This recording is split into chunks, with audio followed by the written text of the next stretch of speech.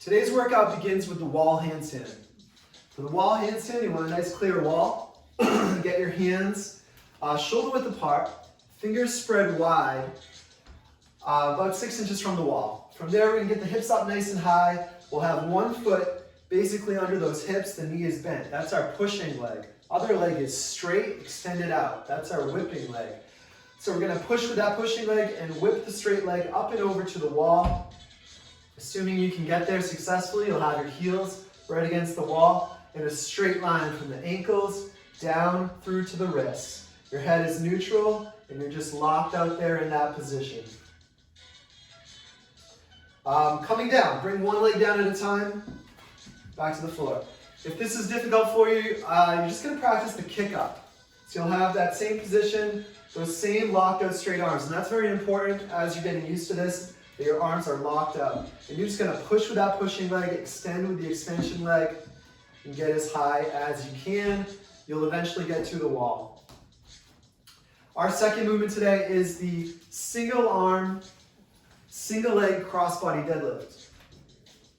For this, we're gonna stand on one leg. We'll have the dumbbell centered in front of your pelvis. You're gonna push a straight leg back and tilt over, bringing the dumbbell down below the knee or to the knee. That leg is reaching straight back is flat.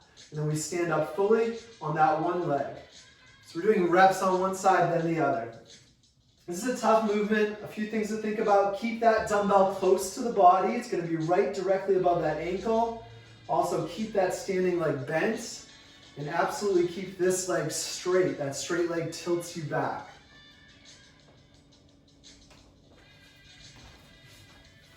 Okay, third movement today is the push-up.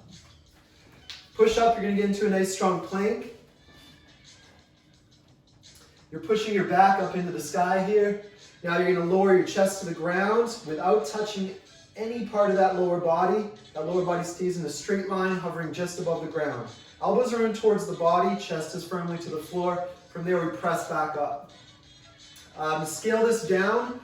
Try to go down with control all the way to the bottom.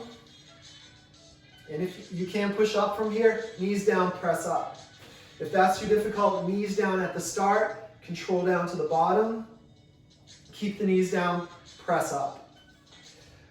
If you want to scale up this movement, make it more difficult, you can wrap a plate around your body or put a loaded backpack on and perform the push-up. If you have that plate or the backpack, it should be loaded right on the lower back. The center of the plate will be on the lower back. Okay, our fourth and final movement today is the pull-up.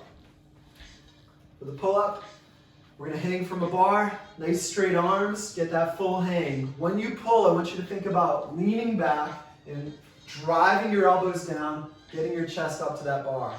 Go all the way back down to straight arms. Again, you're leaning back and driving your elbows down and back.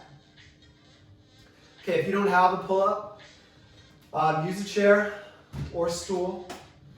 We're gonna climb up on it, hop up to the top of the pull-up, and then go down slow to the bottom, as slow as you can. Without touching that stool, you wanna bend your legs so that you can go to that full hang at the bottom. To scale up, if this is too easy for you, we're only doing low reps today. We're doing one rep. You can use a dumbbell between the thighs or a backpack, a loaded backpack again, for that pull-up. If you don't have a bar at all today, we have a substitution.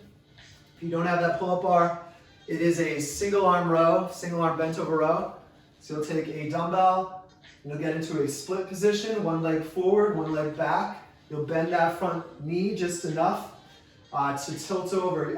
Actually, you're gonna post your hand just above that knee and that arm needs to be straight. And you're tilted over in relation to that. Your back is flat, your arm is extended out, just hanging down. And we're rowing that elbow in past the ribs and then back to straight arm. We wanna see that shoulder go down and back, elbow back. If this is a tough position to set up, you could also post your free hand, your supporting hand, on a surface, on a couch, the arm of a couch, a table, and it's that same row. Just make sure your legs are out of the way. You can just back those legs up and tilt over so that you can row.